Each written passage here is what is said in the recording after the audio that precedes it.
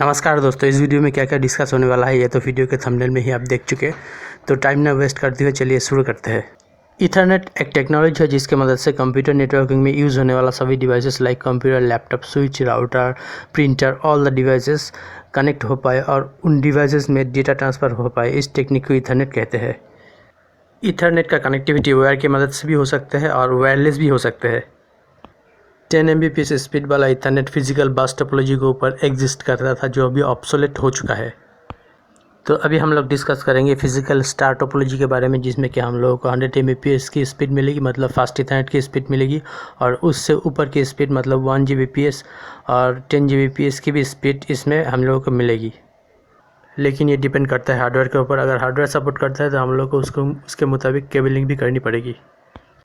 Star topology में क्या क्या यूज़ होता है पहले देख लेते हैं। देखिए, स्टार टोपोलॉजी में एक स्विच और हब यूज़ होता है एज अ सेंट्रलाइज डिवाइस, और हर एक भी कंप्यूटर के ईथरनेट कार्ड के साथ जुड़ा होता है एक RJ45 सॉकेट। और केबल जो यूज़ होता है कैट केबल यूज़ होता है यहाँ पे। कैट 5E और कैट 6 होता है 100 Mbps और उसके ऊपर की स्पीड के लिए, और कैट 5 यूज़ होता है 100 Mbps तक की स्पीड के लिए। और जो हब और स्विच यूज़ होता है उसमें भी रहते हैं RJ45 सॉकेट्स। प्रैक्टिकल शुरू करने से पहले RJ45 का पिन आउट देख लेते हैं। देखिए, पिक्चर में RJ45 का जैसे पकड़ा गया है उस तरीके से अगर पकड़ेंगे तो लेफ्ट साइड में होगा 1 नंबर, एकदम राइट साइड में होगा 8 नंबर, मतलब सिक्वेंशियली 1 2 3 4 5 6 7 8 ऐसा करके नंबरिंग होगा RJ45 का। ये जो कलर कोडिंग आप लोगों के सामने है ये EIA TIA द्वारा स्टैंडर्डाइज्ड किया गया है, और इसी कलर कोडिंग को मेंटेन करके हम लोगों को क्रिम्पिंग करना है। मतलब ये जो कलर कोडिंग है इसका 1 नंबर के साथ RJ45 का 1 नंबर जुड़ेगा, और इसी तरीके से 8 नंबर तक केबलिंग होगा। ठीक है, तो चलिए देखते हैं ये कलर कोडिंग कैसे हम लोग मेंटेन करके क्रिम्पिंग करते हैं। क्रिम्पिंग शुरू करने से पहले जान लीजिए, स्टार टोपोलॉजी में 2 तरह का केबल यूज़ होता है। एक होता है स्ट्रेट थ्रू केबल और पैच केबल, एंड दूसरा है क्रॉसओवर केबल। ये जो पिक्चर आप लोगों के सामने है, इस पिक्चर में मैंने एक स्ट्रेट थ्रू केबल को दिखाने की कोशिश किया है। तो इस केबल के दोनों एंड में देखिए 568A स्टैंडर्ड का कलर कोडिंग यूज़ किया गया है। तो आप लोग चाहे तो 568B स्टैंडर्ड का कलर कोडिंग भी यूज़ कर सकते हैं। तो स्ट्रेट थ्रू केबल यूज़ करने के लिए, मतलब स्ट्रेट थ्रू केबल का यूज़ कहाँ किया जाता है, डिफरेंट डिवाइसेस को कनेक्ट करने के लिए स्ट्रेट थ्रू केबल यूज़ किया जाता है। जैसे कंप्यूटर को स्विच के साथ जोड़ने के लिए या कंप्यूटर को हब के साथ जोड़ने के लिए स्ट्रेट थ्रू केबल यूज़ किया जाता है, मतलब Ethernet port to switch port. ये जो पिक्चर आप लोगों के सामने है, इस पिक्चर में मैंने एक क्रॉसओवर केबल को दिखाने की कोशिश किया है। देखिए, केबल के एक एंड में 568B स्टैंडर्ड का कलर कोडिंग है और दूसरा एंड में है 568A का कलर कोडिंग, मतलब केबल के दोनों एंड में दोनों अलग अलग कलर कोडिंग देना पड़ेगा। तो इसको हम लोग बोलेंगे क्रॉसओवर केबल। और ये क्रॉसओवर केबल का यूज़ कहाँ किया जाता है, सेम डिवाइसेस को जोड़ने के लिए क्रॉसओवर केबल का यूज़ किया जाता है। जैसे PC टू PC, मतलब किसी कंप्यूटर के साथ डायरेक्टली किसी कंप्यूटर को जोड़ने के लिए ये केबल यूज़ किया जाएगा, और स्विच के साथ स्विच को जोड़ने के लिए ये केबल यूज़ किया जाएगा। जब हम लोग क्रॉसओवर केबल बनाते हैं तो दोनों एंड का केबल अंदर से कुछ इस तरीके से जुड़ जाता है। देखिए 1 3 2 6, ठीक है, मतलब 1 के साथ 3 नंबर, 2 के साथ 6 नंबर, दोनों एंड में सेम ही है। और बाकी जो 4 वायर्स है ये सीधा सीधी जुड़ जाएगा। ठीक है, मतलब ये बाकी चारों वायर में कोई डेटा ट्रांसफ़र नहीं होगा, मतलब ये रिजर्व मोड में है अभी, ये इसका कोई यूटिलाइजेशन नहीं है।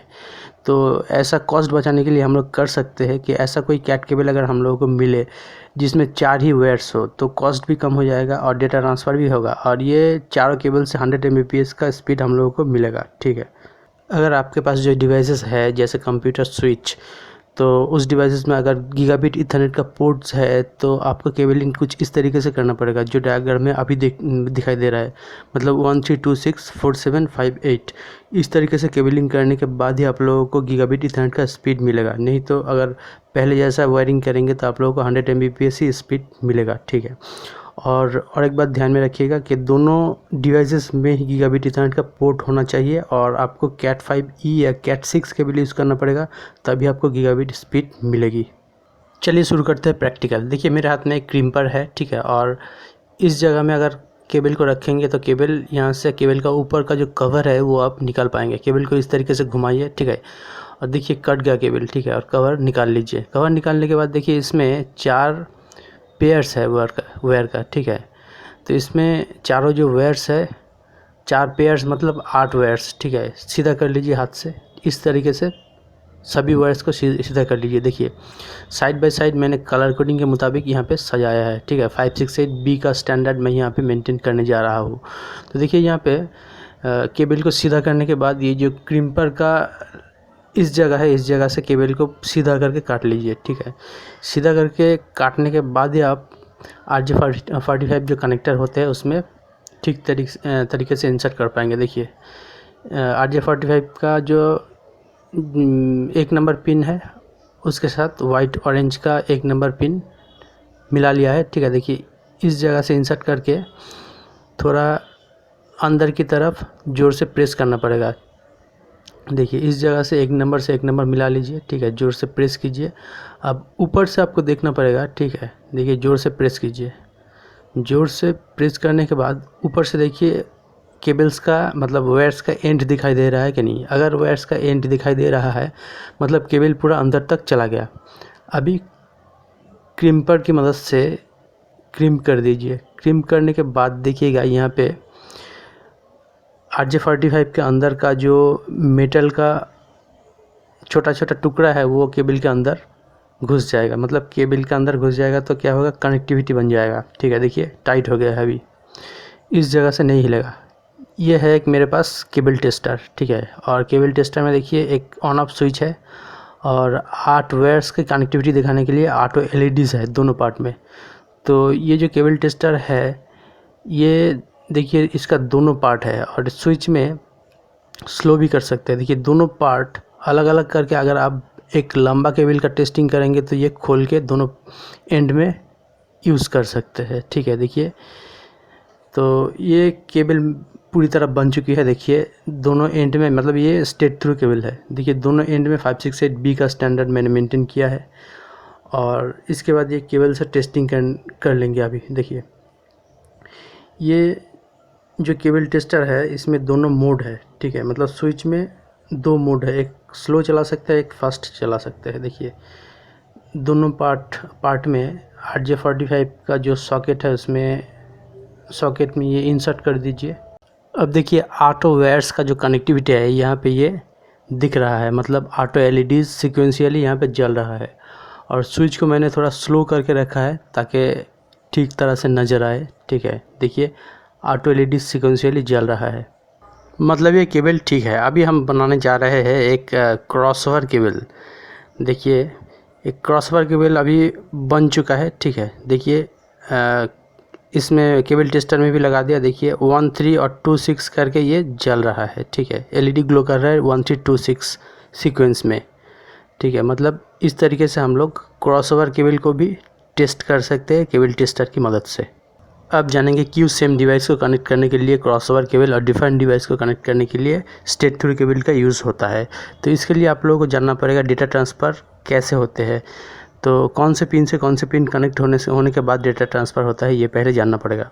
तो देखिए पिक्चर में जैसे हम लोगों को दिख रहा है कि ट्रांसमिट प्लस के साथ रिसीव प्लस और ट्रांसमिट माइनस के साथ रिसीव माइनस जोड़ेंगे तो डेटा ट्रांसफ़र स्टार्ट होगा, ठीक है।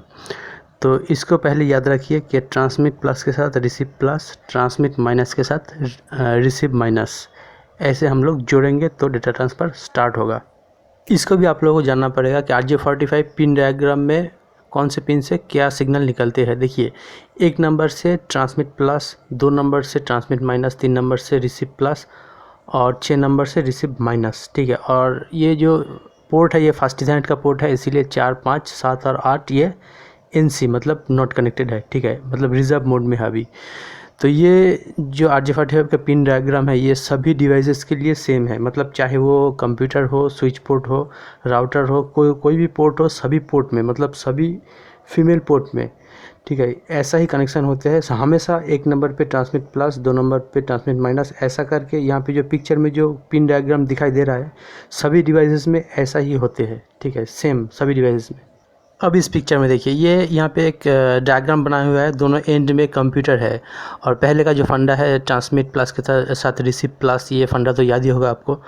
तो आई होप कि इसका एक्सप्लेनेशन नहीं करना पड़ेगा, आप लोग खुद ही समझ जाएगा कि किस लिए PC to PC के लिए मतलब PC to PC कनेक्टिविटी होने के लिए क्रॉसओवर केबल चाहिए। अब इस पिक्चर में देखिए, इस पिक्चर में देखने के बाद एक क्वेश्चन अराइज होता है, हम लोगों ने जाना कि डेटा ट्रांसफ़र होने के लिए ट्रांसमिट प्लस के साथ रिसीव प्लस का जोड़ना ज़रूरी है, लेकिन इसमें देखिए कंप्यूटर के साथ स्विच को जोड़ा गया है और एक स्ट्रेट थ्रू केबल का यूज़ किया गया है। तो यहाँ पे क्या हो रहा है, यहाँ पे हो रहा है क्या, स्विच खाली कनेक्टिविटी का काम करा रहे हैं, तो इसलिए स्ट्रेट थ्रू का केबल यहाँ पे यूज़ किया जा रहा है, क्योंकि डेटा ट्रांसफ़र तो कंप्यूटर से कंप्यूटर में होता है, ठीक है। लेकिन स्विच क्या करता है, कनेक्टिविटी का काम कराता है।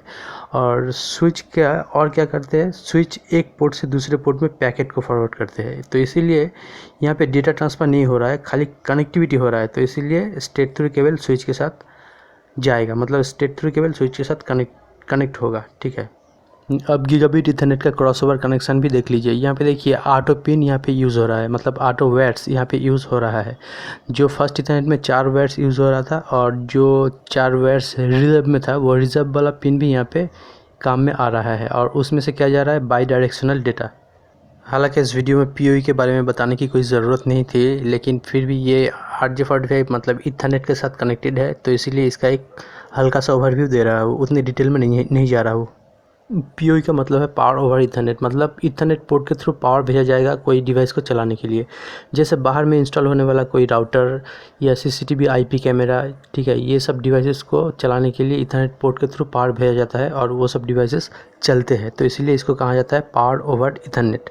और PoE का भी बहुत सारे प्रोटोकॉल होते हैं, जैसे कोई डिवाइस को चलाने के लिए, मतलब PoE का जो डिवाइसेस होता है वो कितना वाट कैरी कर पाएगा, मतलब कितना करंट कैरी कर पाएगा, ये भी स्टैंडर्ड के मुताबिक ही होता है, ठीक है। तो PoE यूज़ करने के लिए एक स्विच होता है, PoE स्विच, और अगर PoE स्विच नहीं है तो मतलब नॉर्मल स्विच के साथ भी PoE यूज़ किया जा सकता है। इसके लिए हम लोगों को PoE इंजेक्टर नाम का एक डिवाइस यूज़ करना पड़ता है और बाहर से PoE इंजेक्टर में पावर को इंजेक्ट करना पड़ता है, तो ईथरनेट पोर्ट के थ्रू पावर उस डिवाइस को जा पाएगा, ठीक है, मतलब उस डिवाइस तक जा पाएगा। तो यह है PoE। और RJ45 का जो फर्स्ट ईथरनेट पोर्ट है, उसमें पहले हम लोगों ने देखा कि उसमें चार पोर्ट खाली, मतलब 4 वायर्स खाली था, 4 पॉइंट्स।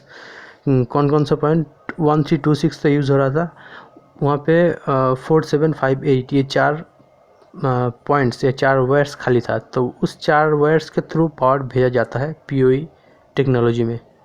अब हम लोग जानेंगे फैंटम पावर के बारे में। तो फैंटम पावर को जानने के लिए पहले फिर से हम लोग को देखना पड़ेगा गीगाबिट ईथरनेट का जो पिन डायग्राम है उसके तरफ। तो गीगाबिट ईथरनेट में देखिए ऑटो पिन ही यूज़ में है, मतलब इसमें कोई भी खाली पिन नहीं है जिसके थ्रू हम लोग पावर को भेज पाए, जैसे कि हमने फर्स्ट ईथरनेट में किया था। तो इसमें कैसे हम लोग पावर को भेज पाएंगे, तो इसमें देखिए पावर AC पावर का जो फ्रीक्वेंसी है वो है 50 to 60 हर्ट्ज, और डेटा ट्रांसफ़र का जो फ्रीक्वेंसी है, मतलब डेटा का जो फ्रीक्वेंसी है वो है 10 to 100 मिलियन हर्ट्ज।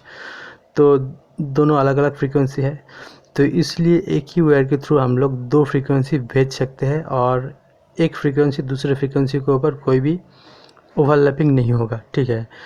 ठीक उसी तरीके से जिस तरीके से वाईफाई का सिग्नल काम करता है, वाईफाई में भी एक कैरियर फ्रीक्वेंसी होता है और एक डेटा जाने का एक फ्रीक्वेंसी होता है, ठीक है। उसी तरीके से फैंटम पावर काम करते हैं। तो एक ही वायर में पावर और सिग्नल दोनों होते हैं, ठीक है, और इसमें पावर तो एग्जिस्ट करता है लेकिन एक भूत की तरह या एक फैंटम की तरह, तो इसलिए इसको फैंटम पावर कहा जाता है। वीडियो को देखने के लिए बहुत बहुत धन्यवाद। मिलते हैं नेक्स्ट वीडियो पे।